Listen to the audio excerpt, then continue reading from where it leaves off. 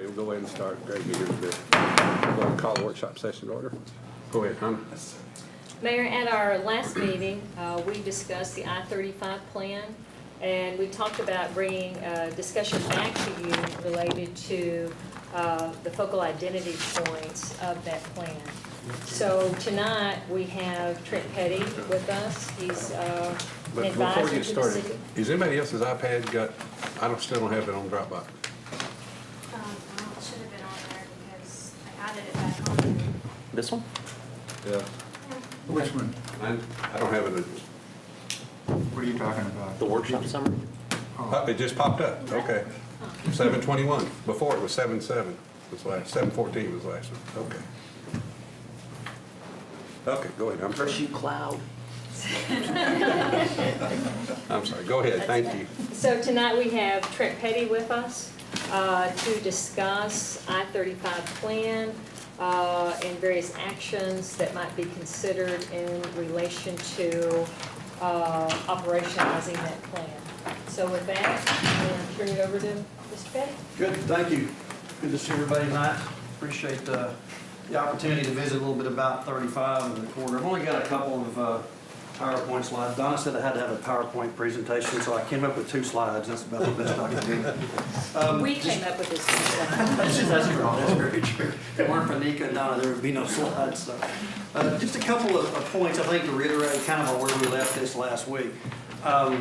Just from an outside perspective, the initiative and the work that you guys have done to put the 35 plan in the point that it is now is incredible.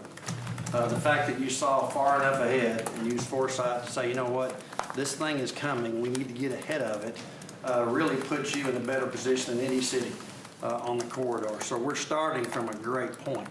As you look at that 35E plan, you start looking at the priorities, the implementation strategies. All of those things are predicated on a great deal of initiative that had to begin on this project some time ago. Now we're at the point where it's okay, making this thing operational, as Donna stated, it really becomes kind of the next steps in the process. And that's where you take a plan and you implement operations, that's where you have to have a lot of feedback. So one of the things I want to be able to do over the next several work sessions as we talk through this plan is talk a little bit about what this operationalization of this plan looks like and how we can begin to make it happen in Lewisville. What are the areas that you're comfortable with? What are those we should green light, red light, stop, yellow? We need to have some feedback. So I'm going to put just several concepts out tonight. Not going to try to accomplish too much. As Donna said, this is a very large plan. There is a lot of steps to it. If we try to go too quick and try to put too much on the table, we're liable to miss something at the staff level and not inform you of pertinent issues to consider. So we're going to try to take it slowly, but we're going to try to take it deliberately too. And to start it off, I think there's just a couple of things that we want to bring forward. If you'll put that map up, please, ma'am. One of the things about this plan as you look at it is it has to be prioritized. This is a plan that screams for priority. Because if you look at the entire corridor, the first thing you look at is where do we start? Obviously, the 35E project is a project in motion. It's going to be a project that takes years to complete. And you can't look at it in a linear sort of fashion alone. You've got to look at it in terms of where is our best information, where is our best dollar and effort spent today. And that's kind of what I want to talk about. We're going to talk a little bit about the north side specifically tonight, and then a little bit later in executive session, some more detail on that plan. But a couple of things I think that make it very important to understand how we operationalize it to start off with. Now you know why I don't do PowerPoint. See, I never could have got that far. We're going to focus just on discussions right now, really in this area right up here.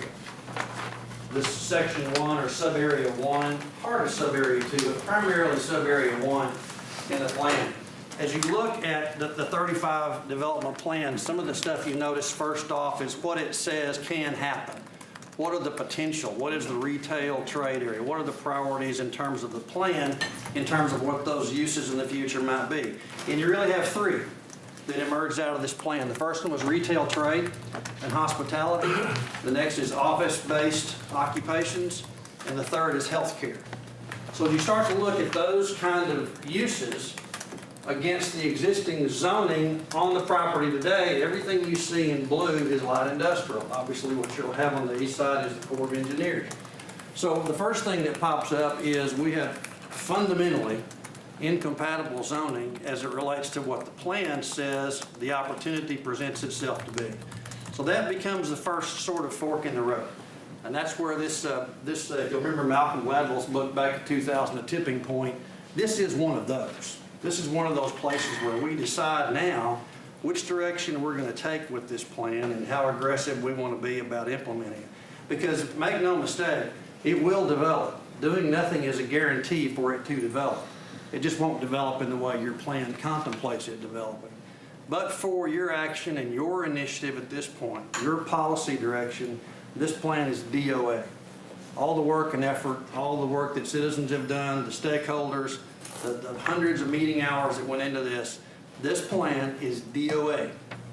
If you don't describe what these action points are going to be and give very specific directions on how we contemplate it. Now, that doesn't mean we have to take hard steps at every single turn, but it means we have to recognize the challenge from a policy perspective now and understand what those policy challenges articulate for us in the future.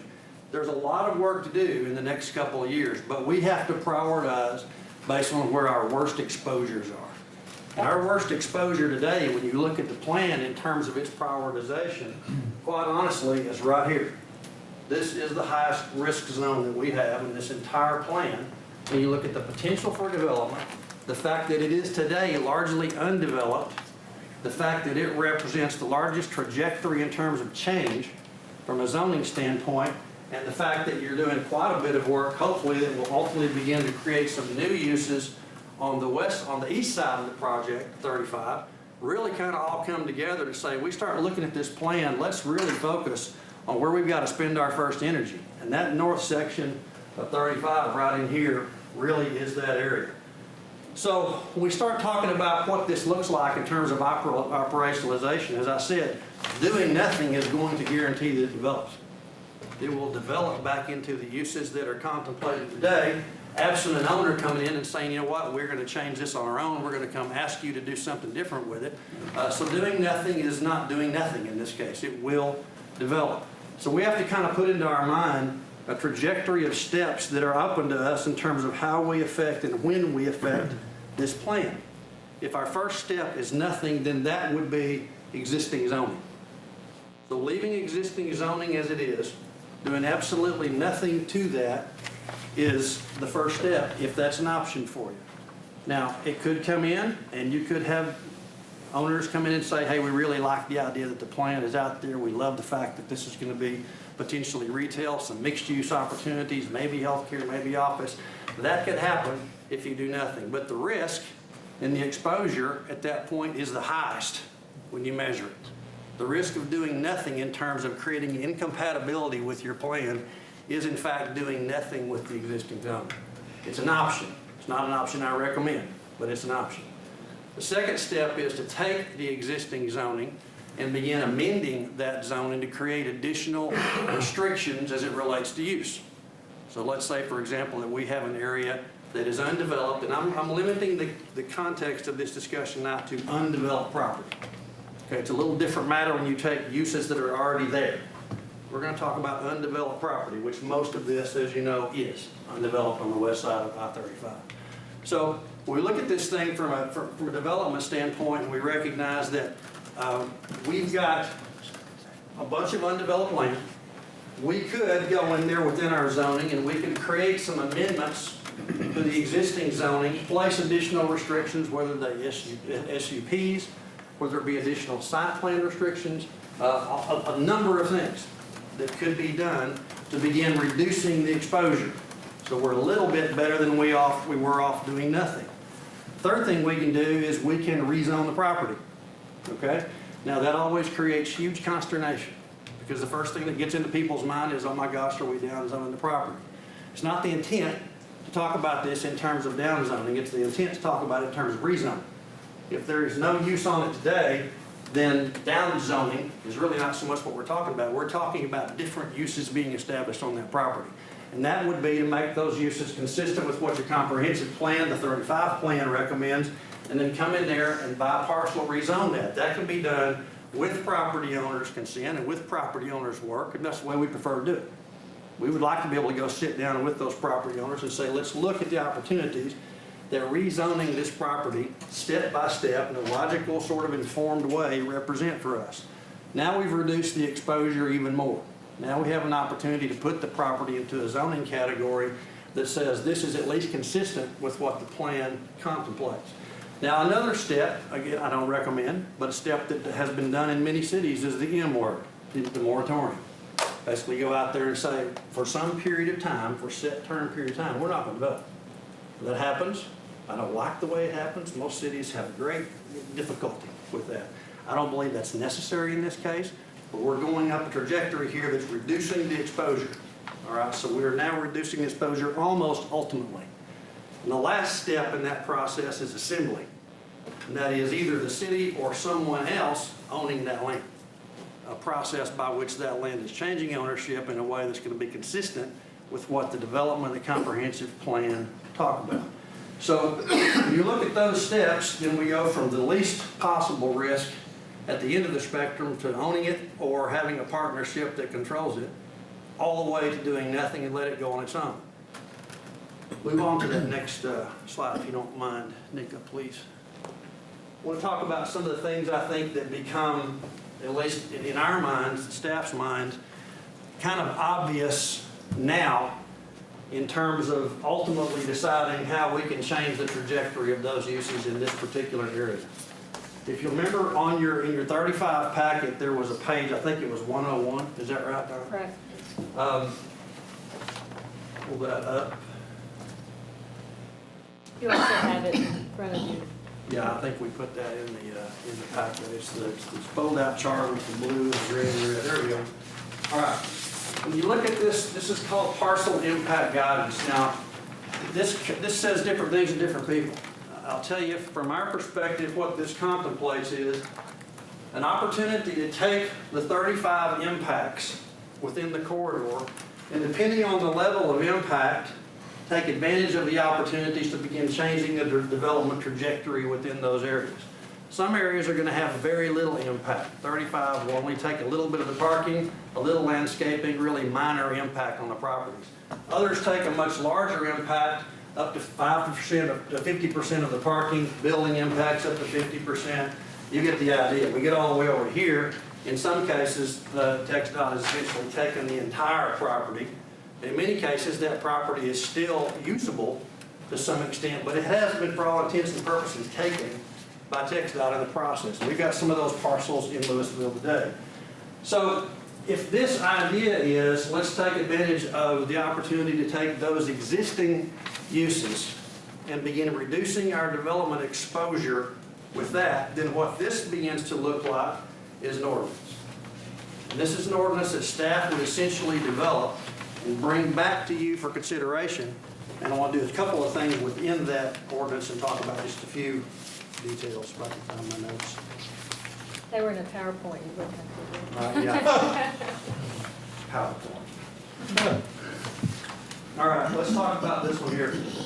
In terms of the minor impact criteria today, it says loss of parking up to 5%, loss of landscape, loss of sidewalls, non-compliance with required setbacks. Another one I would probably add to this in terms of looking at those minor impacts is a circumstance where you have current non-conforming status. I would add that to a minor impact. But if that's the case, we do want to be able to take advantage of every opportunity we can to bring those back into compliance. Down here, allow temporary variance for non-conforming parking and setbacks, allow reduced landscape and screening, requirements during construction, require replacement post-construction. This requirement here is essentially contemplated as a mitigation letter or something that would generally be something you would delegate to the staff. It's a minor impact. It typically would not require council approval to come back into. And that's probably appropriate given the fact that there's not a gigantic amount of impact on the properties. That would be one of the criteria we would place into the ordinance. If a property met any of these criteria, then this would be what you would authorize staff, or you could bring it back to council, depending on your perspective, either way, it would be a means of bringing these properties with very little impact toward compliance with the comp plan, with the 35 plan. Then we get to the major impacts: loss of parking on site of more than 5%, but up to 50%, building impacts up to 50%, loss of required interior landscaping, access impacts requiring reconfiguration. In terms of the mitigation strategy, property owner to submit a site plan as part of a mitigation plan showing revised parking, landscaping, and access layout, and city to grant necessary variances or recommended location. This one is bringing it back through the process, in essence. This is where there's going to be some discretion that'll have to be applied at the policy-making level. This is where you're actually going to see some opportunities to really change some uses. If you have a use today that essentially has lost 50% of its parking, then that's a pretty large impact and would change any business. And if that's the case, then the opportunity to bring that back through the process gives the council, P&Z, discretion as it relates to how these properties could be reconfigured. In some cases, the answer may be no. That loss of parking impacting that site is so severe that putting that use back on the property and the use that it was is not the appropriate thing to do. It doesn't become necessarily judgmental in terms of the types of uses as much as it does in terms of its future compliance with the 35 plan. So there would be those that would probably result in variances being granted because that use was consistent with the future use contemplated in the plan, but there would also be those that are not. There would be those that probably would terminate at that point. Full acquisition, full building acquisition. This is the circumstance where TxDOT's basically taking it all, but there is a remainder left and potentially a use still remaining. Fire access can no longer be provided within 150 feet. Loss of parking greater than 50%, leaving business inoperable. Elimination of access. The strategy being city to assist with finding suitable relocation sites, city to offer other incentives as applicable. NECA staff is already working on the opportunity to relocate businesses. That began essentially as soon as the 35 plan began to be reviewed.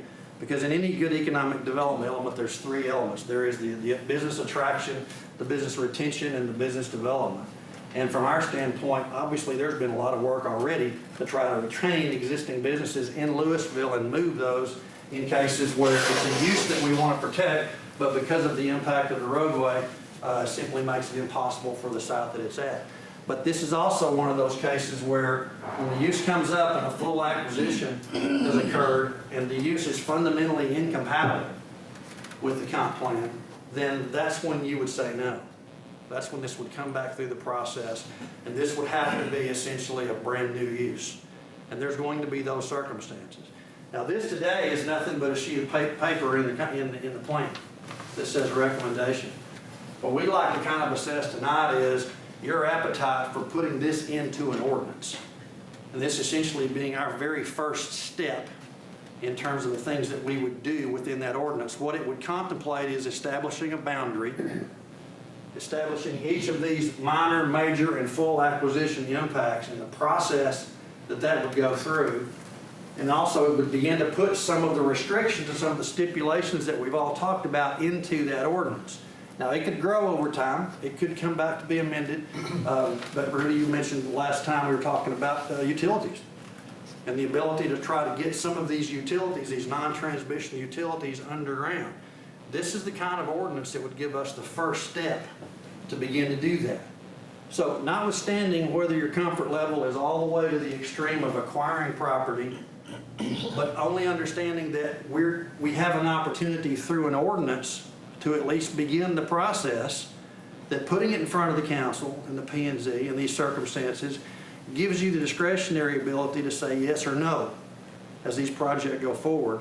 That to us is the first step in the process. It's the first one to begin to resolve some of this potential impact, negative impact of doing nothing. So we're beginning down the road, if you will. This would be our first ordinance. From our standpoint, this is a critical step, especially on the north section, sub-area 1, because we would want to sit down with property owners immediately and begin talking about some of those areas and how they could ultimately be redone. But we would want an ordinance behind us that basically says in some cases where there are uses that may be abandoned today, those uses coming back into play as they are today is not the appropriate thing. It would be inconsistent with the plan. So this requires a lot of courage. This requires a lot of effort at the policy-making level. And I don't want to understate it at all, because there will be people that come up here and say, you're taking my property, you're taking my business, you're not allowing me to go back and do what I've always done. That's coming, that's part of it. But when you put the effort that you put into a plan that contemplates as radical a change within that corridor from what you would like to see versus what is there today, then I would submit to you that those kind of steps are the ones that are going to be necessary in the process. So that's my PowerPoint presentation, Mayor. I guess what I'd like to do is just get some feedback and see if we can't come to a point that staff could, at a future meeting, bring you back an ordinance for consideration that would begin doing these things as step one. I think it's imperative we do something about this and do it as quick as possible. My other thing on this, though, is would it be possible at the same time do something similar to what we did here in Old Town, where we offered up new zoning with new classifications? Type of overlay district. Right. You know, like we did here in Old Town? There she is. Well, this type Yeah, I of mean, ordinance would, This could easily evolve to that, Mayor. Well, but it's not giving them a new zoning they could apply for. That's what I'm saying. Is create a new zoning that they could apply for that would, like we did here in Old Town, you know, it all went to. Mixed use and Yeah, all. mixed use and those things. And do a simple, now I'm saying do this, don't get me wrong, I'm saying do this, but also on top of that, do some type of a overlay zoning that would go in there and allow. I think people had, the way they did Old Town, they voluntarily did that, but most of them have done it. I mean, I think we've had very few that didn't come up and want the rezoning.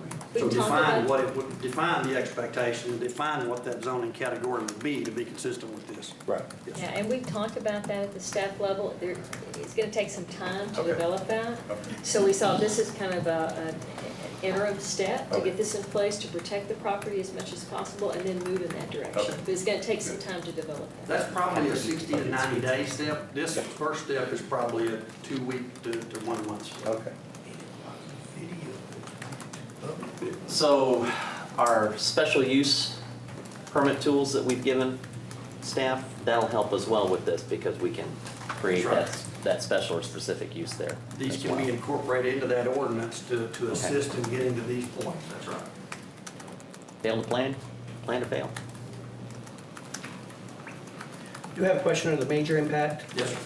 When we're talking about the property owner submitting a site plan, would that be for new development or would that be for any property that's impacted majorly? This contemplates uses that are in place today. This contemplates what you would do if you had a use that received that level of impact from the TxDOT widening. And I was still there operating. That's right. That's right. It would require them to submit a site plan, and that site plan would have to go back through the process as if it were a new case. And certainly for any new use, as it would relate to the zoning that the mayor talked about, we would certainly want a site plan to be consistent with that as well. So in both circumstances, I envision a site plan, Councilman Tierney. Didn't we kind of already have one instance that I know was with a motel I was gonna say on the with the southern motel, end of yes, we town? did. And they came and took it, it was gonna leave them with 6 rooms, I believe. Right. And they wanted to say, okay, and they got paid for the entire thing. They got paid for all the motel and all the property, but then the state deeded it back to them what they didn't use. So they got compensated for the entire Yes. thing, the state deeds it back to them. And so they wanted to come in and open it up as a 6-room motel. And we're like, nah. That's a boutique. Yeah, we took, Boutique, yeah. we took a pretty hard stance, like I said, it didn't happen, but we really didn't have an ordinance Right. backing us, this would Right. give us an ordinance. Yeah, this is to try to define the policy tools that would prevent that exact same thing from happening again. Right. Yeah, I'd like to move forward. I like it, I want it, let's have it, I yield. Yeah. So what do you need from us? I just got it. That, Direction, go the forward. direction. I think we understand which way to go, and we will begin preparing that and have it back for discussion soon. 2 weeks may be a little Uh, faster than. She might be talking about a PowerPoint. I was gonna say, You do keynote, you go that route. the PowerPoint's one. Do that PowerPoint. You can sketch it on a napkin. Thank you, Trish. Thank you, sir. Was that it as far That was as it, that? sir. Okay. We'll move on into the regular agenda.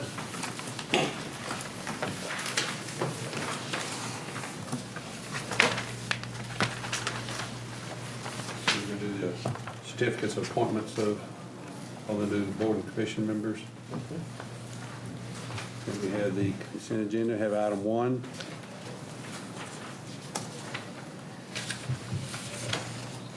Item 2.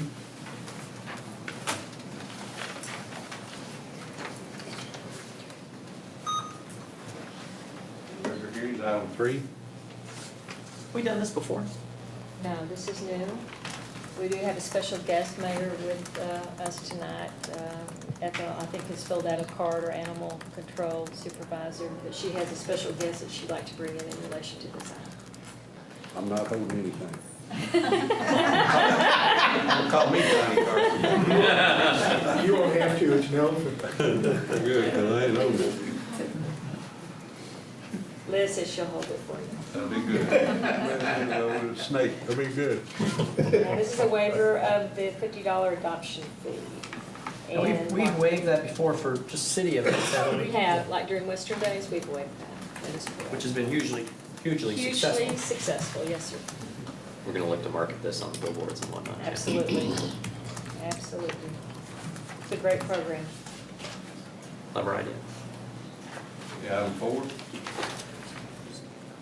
Your budget is in 3-ring binders in your box as we speak.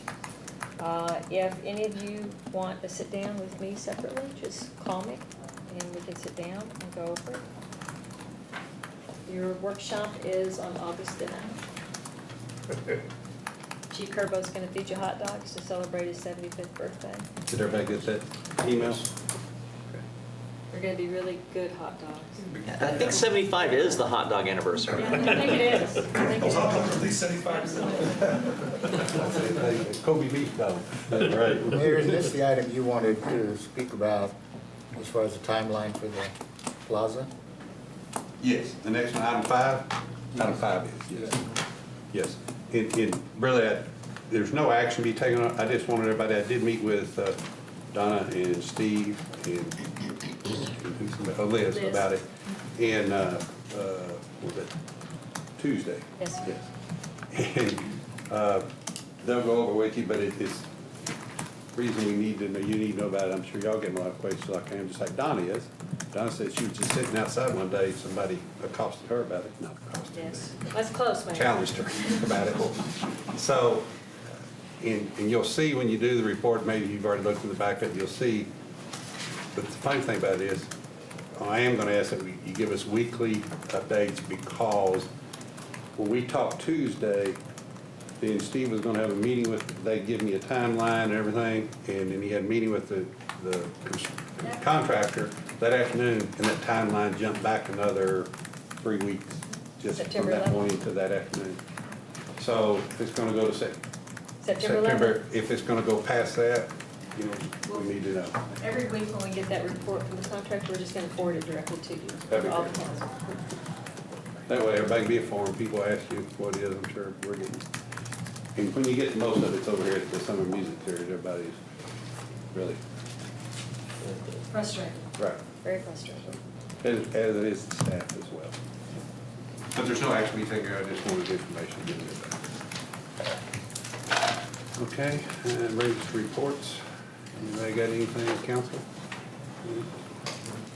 Mayor, Yes. I'm not on the report you have on the agenda. You have the comprehensive medical plan report. That's a requirement under the administrative directives to file that with you annually.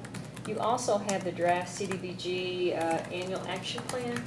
That's on the agenda just for your information. The public hearing will be on your August 4th agenda, so we wanted to get the document out to you so you would have time to look at it. And then, of course, Julie has her board and commission attendance reports. What was the amount that the city contributed to the social services last year?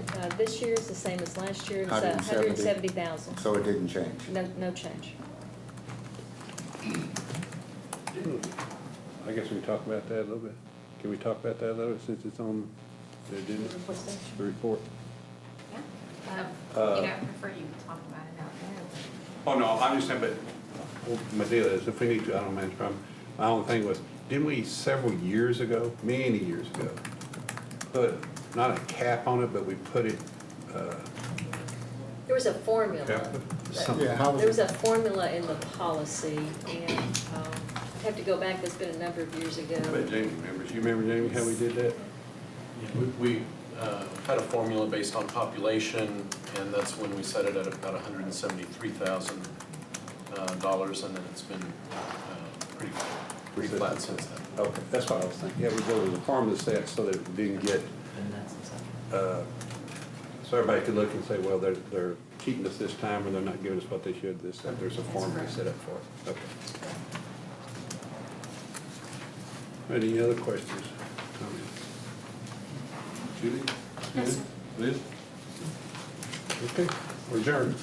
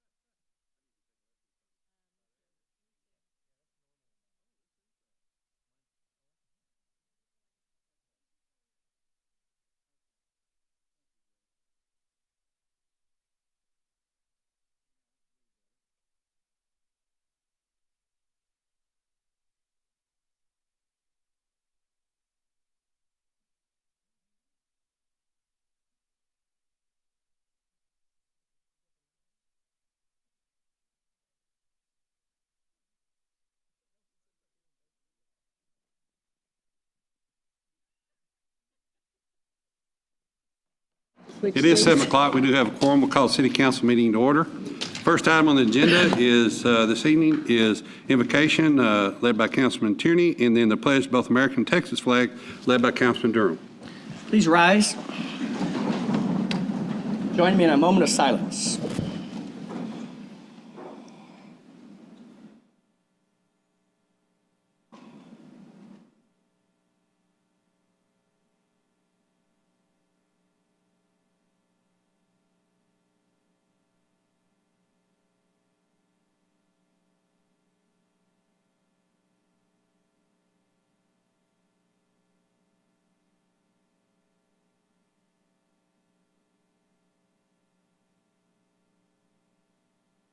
Thank you.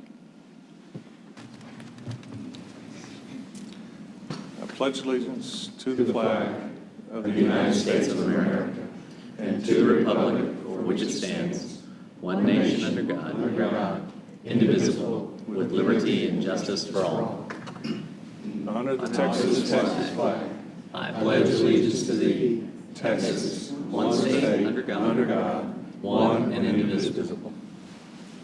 Thank you.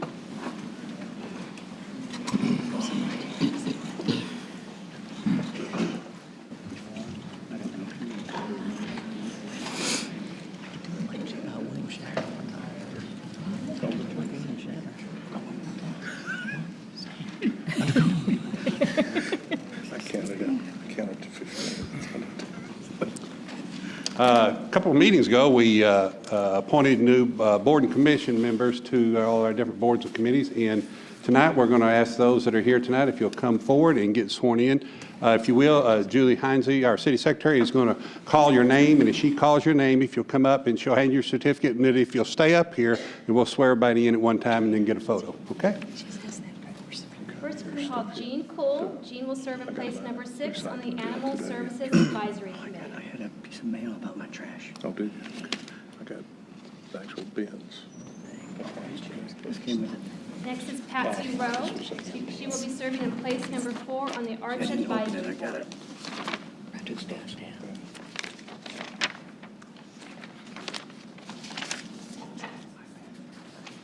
Next is Lee McClinton. She will be serving on place number 2 of the Lewisville Housing Finance Corporation.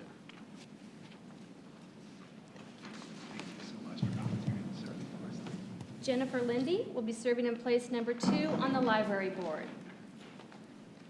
I said your last name right. Yes, you did. Sorry, thank you.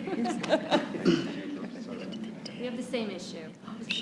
Next is Jean Ferguson. She will be serving in place number 4 on the Library Board.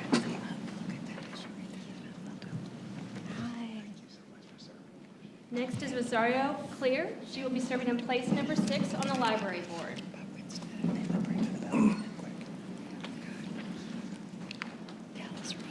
Next is Steve Southwell. He will be serving in place number 4 on the Oil and Gas Advisory Board.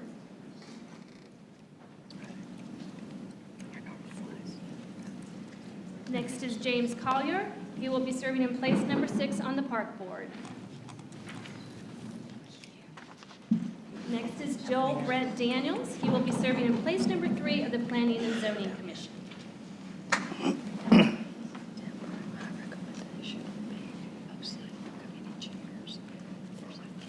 Next is Stephen Byers. He will be serving in place number 5 on the Planning and Zoning Commission. Next is Debbie Ingledew. She will be serving in place number 4 of the Zoning Board of Adjustment. Next is Roy Riegman. He will be serving as alternate place number 2 in the Zoning Board of Adjustment. Have I missed anyone that's here tonight to be sworn in? Okay, great. Did I get your last name right? Yes, you did. Okay, you're going to hang on to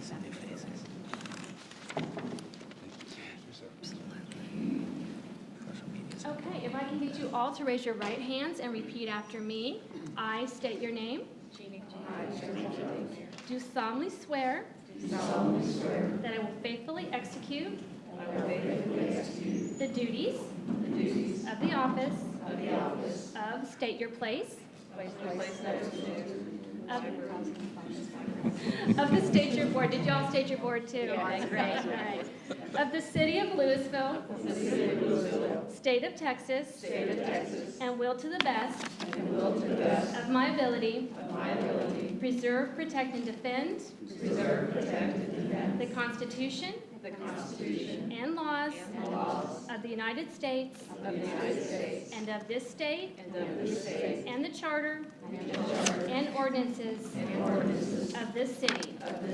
And I furthermore solemnly swear that I have not directly or indirectly paid, offered, or promised to pay, contributed, nor promised to contribute any money or valuable thing, or promised any public office or employment as a reward to secure my appointment. So help me God. Okay, congratulations. And I will say, on behalf of the council and our council officers, thank each one of you so much for taking your time to volunteer to make our community a better community. I'll tell you, the council would reiterate the same feeling and say that without people like you willing to do that, we could not do our job. We appreciate what you do. And thank you so much. Let's kind of see if we can gather up and all get a picture here. We'll give them all.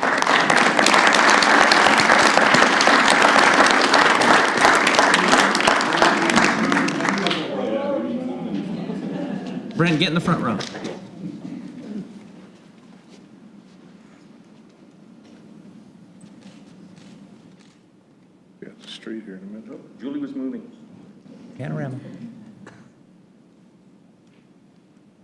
too.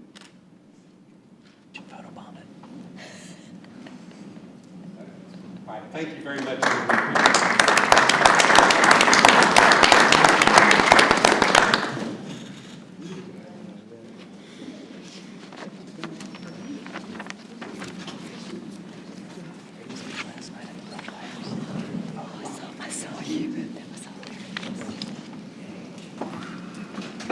And Julie, thank you very much for your help, ma'am.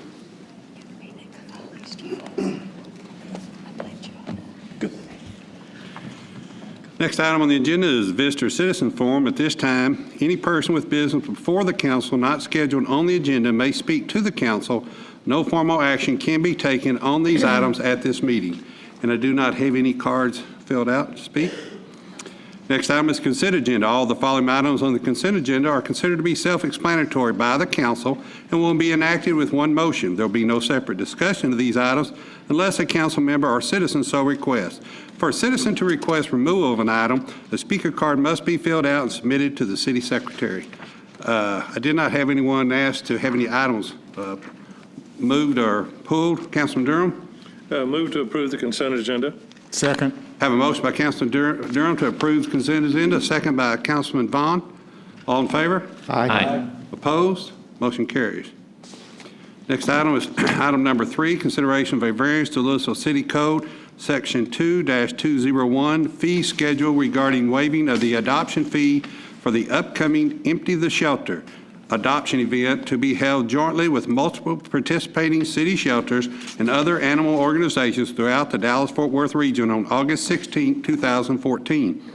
In an effort to save animal lives, reduce overcrowding in shelters, and promote animal adoptions, all Dallas-Fort Worth regional animal shelters have been asked to participate in the Empty the Shelter adoption event scheduled for August 16, 2014. Ms. Corey Price with the City of Irving Animal Care Campus submitted an invitation encouraging city shelters and other animal organizations to participate in the one-day event.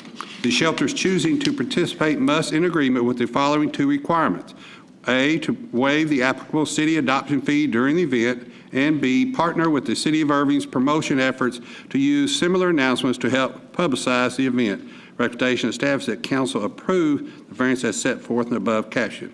I did have a speaker card here filled out by Ethel Strother and Captain Nemo.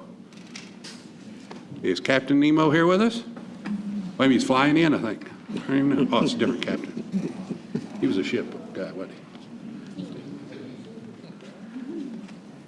If you would just state your name and address, please, for the record. Ethel Strother, City of Lewisville Animal Services Supervisor, and this is Captain Nemo. He is available for adoption. He's been at the animal shelter since March the 15th. What type of dog is that? He's a Doberman mix, about 8 months old. He's just a puppy. Oh, wow. Mayor, look him paying attention to you, Mayor. I think he likes you. I think so. I think so, Mayor. No, I'm not holding that dog. Johnny I Carson saw Johnny style. Carson do it one time. He got relieved on, and I'm not going to do that. Did you have anything else you'd like to add? I would just like to entertain any questions if anybody had any about the event. Did any staff members have any questions or anything? I think it's a great event. This is the first time, from what I understand, It's the first time in Texas. It's been done 3 times in California, 3 counties in California, where they adopted 2,200 dogs in one day. Wow. And it's a great program, and we're really excited. NBC5 has agreed to cover it. The SPCA is sponsoring the event, and to date, there's 25 shelters and rescue groups participating throughout the North Dallas area. Great. Now, this will be held at the shelter, correct? It's at each individual animal shelter, And is it all animals that we have? dogs and cats. Dogs and cats. Okay, great. So Well, we're thank really- you so much for being here, and thank you for bringing Captain Nemo. Thank you. Hi, Captain Nemo. Looking dog. Greg, he could go home with you. Greg, come on. Greg, you got it. Great. Recommendation is council approve the variances set forth above caption. Councilman Tierney. Move to approve. Second. I have a motion to approve by Councilman Tierney, a second by Councilman Gilmore. Any discussion? All in favor? Aye. Opposed? Motion carries. Item 4 is acknowledgment of receipt of the fiscal year 2014-2015 proposed budget in consideration of public hearings for the budget and the proposed tax rate. The proposed budget for fiscal year 2014-15 has been prepared and submitted in accordance with Section 9.02 of the City Charter. The workshop session is scheduled for August 9th at 8:30 a.m. The workshop will take place in the community room of the Municipal Annex, and that's the one on Main and Civic. The City Council is required to set a time and place for a public hearing on the budget when submitted. The date must be at least 15 days after the budget is filed with the City Secretary and prior to the tax levy being set. Council has previously approved dates for the budget workshop and public hearings. When the budget calendar was approved, the public hearing is scheduled for the September 8th at a regularly scheduled City Council meeting. However, if the proposed budget exceeds the lower of either the rollback or effective tax rate, 2 public hearings would be required. The first one on August 18th at a regularly scheduled council meeting, and the second one at the September 8th regularly scheduled council meeting. Recommendation that council acknowledge the receipt and proposed budget and consider public hearings for the budget and the proposed tax rate. Councilman Gilmore. Mayor, move to approve as written. Second.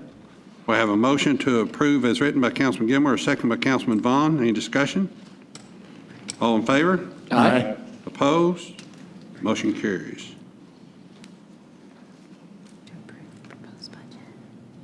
Did you need certain dates put on there?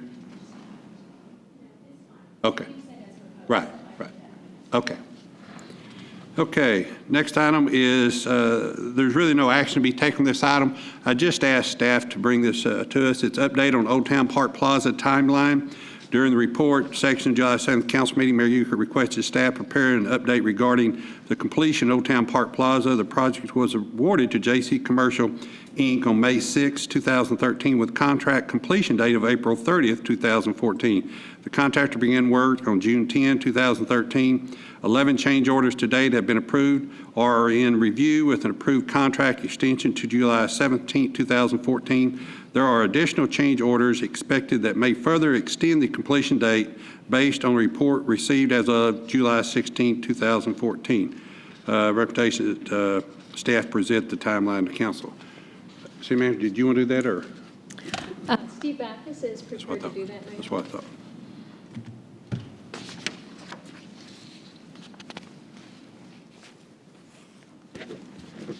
Mayor and Council, just wanted to give you, as you stated, an update on the Plaza project. The project is within the contract time with the change orders. It is under budget at this point in time, and kind of go over the history of the Plaza and kind of fill you in with the gaps. And if you have any questions, I'll be happy to answer those. I also have Randy Johnson, our project manager, here to answer any detailed questions that I might not be able to answer. Back in May of 13, you did award a contract to JC Commercial of Louisville in the amount of $5.27 million.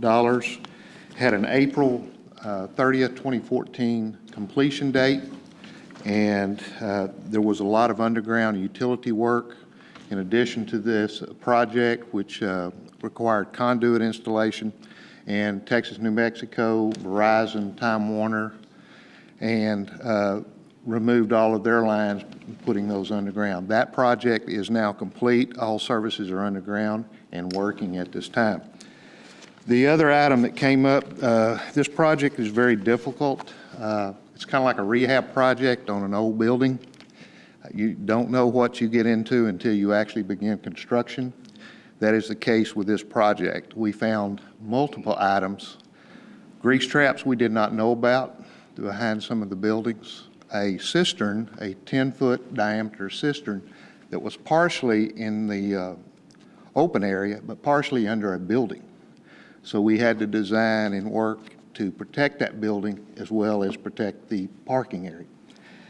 Also, as we were going through, this was all private property until probably 2012, when those property owners dedicated their property behind the building to the city to build the plaza. At that point, we began excavation and noted that a lot of self-plumbing work had been done in the area. Some of the service lines were hate to say, 2 to 3 inches under the gravel. Gas lines were improperly laid, either by Atmos or the customer, or the building owner. The service lines for water and sewer did not go directly from one building to the main. They kind of went across property lines. So all of this has been readjusted and corrected to code. There were also, when we were performing the overhead conversion to underground, there were 5 meters in one location servicing 3 buildings. So we had to basically go inside those buildings and rework their electrical. All of this had to be redesigned and worked through the project. There have been 4 change orders to date, and a total of 11 that we're reviewing at this time, with an additional 88 construction days added to the April 30th original timeline, which puts the July 16th as the current construction date completion, which, as you're well aware of, we're past that. We do forecast that there are additional change orders, and we expect, per their recent schedule, to complete this project the first couple of weeks in September. Now, this will not be 100% complete. We will still have punch list items. The landscapers and the engineers and architects are in Florida today and tomorrow, loading, picking out and loading the trucks for delivery of all the trees and the planting materials. Deliveries on the poles, the light poles, are scheduled for August 14th. So that is part of the delay, is delivery.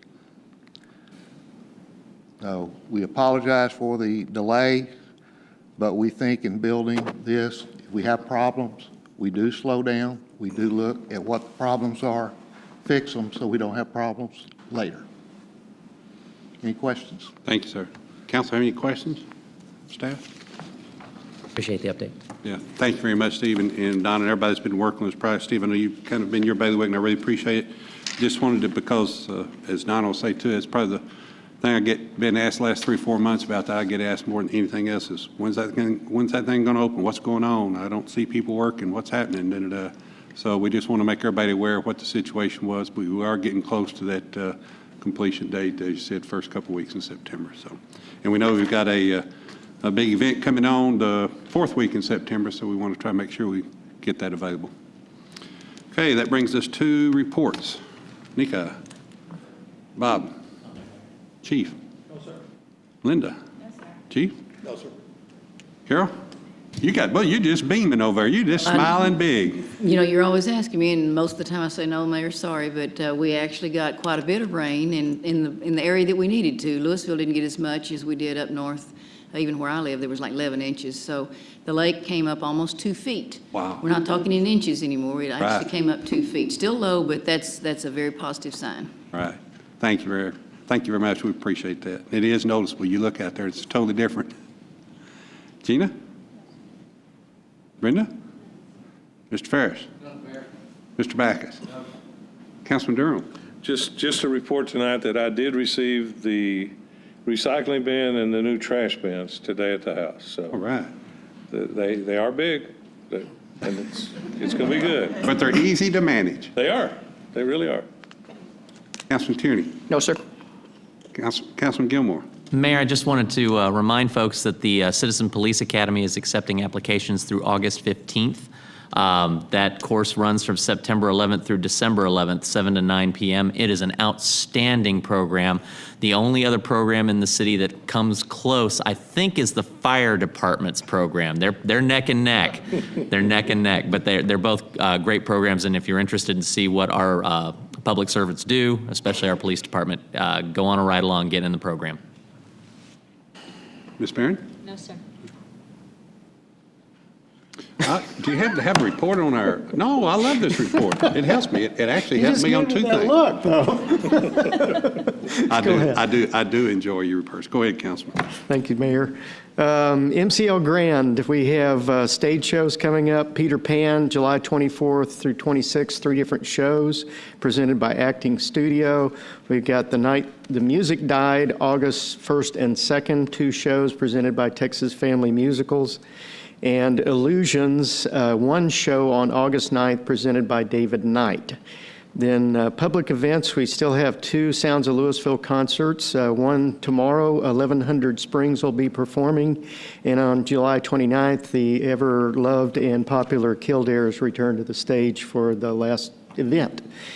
And those are always Tuesday in the courtyard of the MCL Grand. And the Visual Art League continues to have its Friday acoustic jam session, so you're always welcome to attend that. Art exhibits in the MCL, we've got Fresh Ideas exhibit that opens on July 26th, and I don't have how long it'll be there, but it'll start on July 26th. The gallery's open Tuesday through Saturday, 1 to 5 p.m., and also during public performances.